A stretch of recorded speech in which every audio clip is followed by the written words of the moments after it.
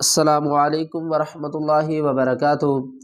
جیسا کہ آپ سب جانتے ہیں کہ نورانی قاعدے کی سیریز مکمل ہونے کے بعد اب ہم قرآن پاک کے مشکل ترین ورڈ کو پڑھنا سیکھ رہے ہیں۔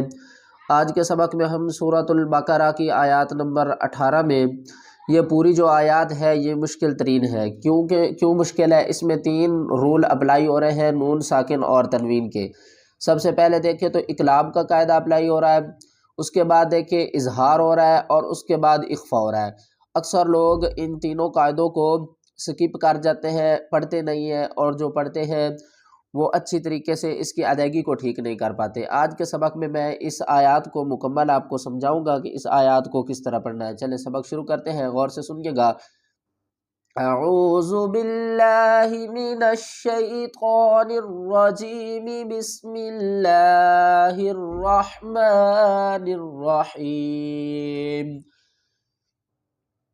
اس کے ہجے کس طرح کریں گے؟ صاد کو ہم موٹا پڑھیں گے سین سیٹی سے، اور صاد کو ہم موٹا پڑھیں گے۔ اس کو ہم نے سین نہیں پڑھنا، جیسا کہ سین صاد کتنا فرق ہے۔ ہم نے اس کو صاد پڑھنا یعنی پر پڑھنا، صاد میم پیش سم۔ یہاں پر میم پر ہم کیا کریں گے؟ غنہ کریں گے۔ میم مشدد پر ہمیشہ غنہ ہوگا۔ سم آگے دیکھیں میم 2 پیش، اس کو ہم من نہیں پڑھیں گے، اس کو پڑھیں گے مم۔ کیا پڑھیں گے؟ مم۔ سم مم، دونوں کے اوپر غنہ کریں گے، میم کے اوپر بھی کریں گے اور آگے تنوین کے اوپر بھی غنہ کریں گے، لیکن تنوین کی آواز ہے وہ تو ہوتی ہے من۔ ہم نے نون کی آواز لاسٹ میں نہیں لے آنی، ہم نے میم کی آواز کو لاسٹ میں لے آنا ہے۔ کس طرح؟ سم مم۔ آگے دیکھیں یا با کاف پیش بک، سم مم بک۔ آگے دیکھیں پھر میم، پہلے بھی میم آ رہی ہے، بعد میں بھی میم آ رہی ہے۔ اس کو ہم کس طرح پڑھیں گے؟ میم 2 پیش من۔ نہ تو ہم اس پر غنہ کریں گے اور نہ ہی اخفا کریں گے، بک من۔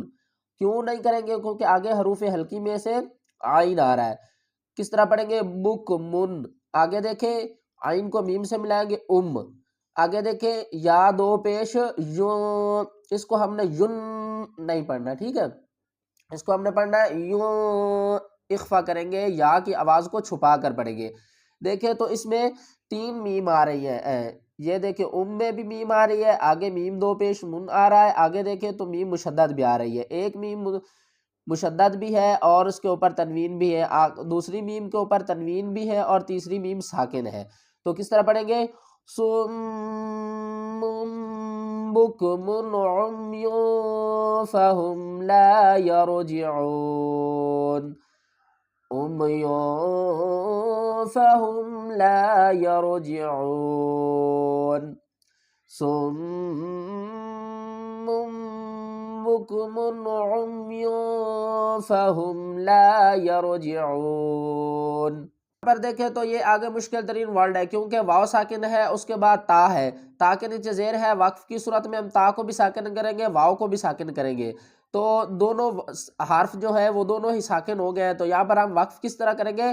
حذر الموت، حذر الموت، حذر الموت۔ یہاں پر ہم کیا کریں گے؟ قلقلہ کریں گے وقف کی صورت میں۔ کس طرح؟ یہاں پر کیا ہے؟ ادغام کا قاعدہ آ رہا ہے۔ رعد وبرق، یہاں پر بھی دیکھیں تو را بھی ساکن ہے اور ہم قاف کو بھی ساکن کریں گے، تو قاف کے اوپر قلقلہ بھی کریں گے۔ وبرق، وبرق۔